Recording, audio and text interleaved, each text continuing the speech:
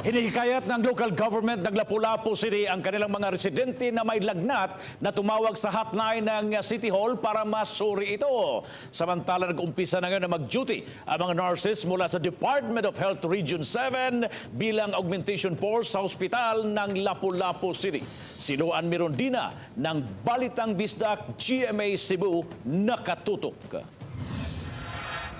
Karong adlaw, naduga nga na usab og 25 ka mga COVID positive cases ang dakbayan sa Lapu-Lapu. Upat gikan sa Barangay Paho, 3 gikan sa Basak, 3 usab sa Pusok, tagduha gikan sa Barangay Babag, Bangkal, Gunob ug Ibo, samtang tag-usa ka kaso sa Barangay Kalawisan, Mactan, Marigondon, Pahak ug Poblasyon.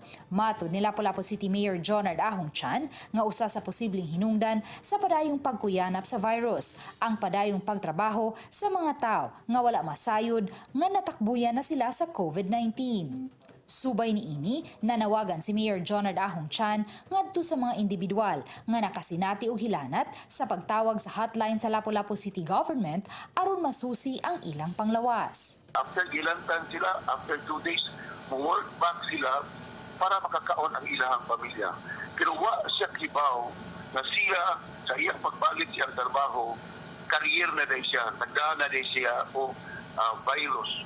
Samtang gikonpermar usab ni Dr. Cliff Canton, Chief of Hospital sa Lapu-Lapu City Hospital, nga karong adlaw gikatakdang mo report ang 5 ka mga nurses nga gihire sa DOH-7 aron sa pag-augment sa ilang staff. Kahinumduman sa miaging semana, 6 ka mga medical staff sa maong hospital ang nagpositibo.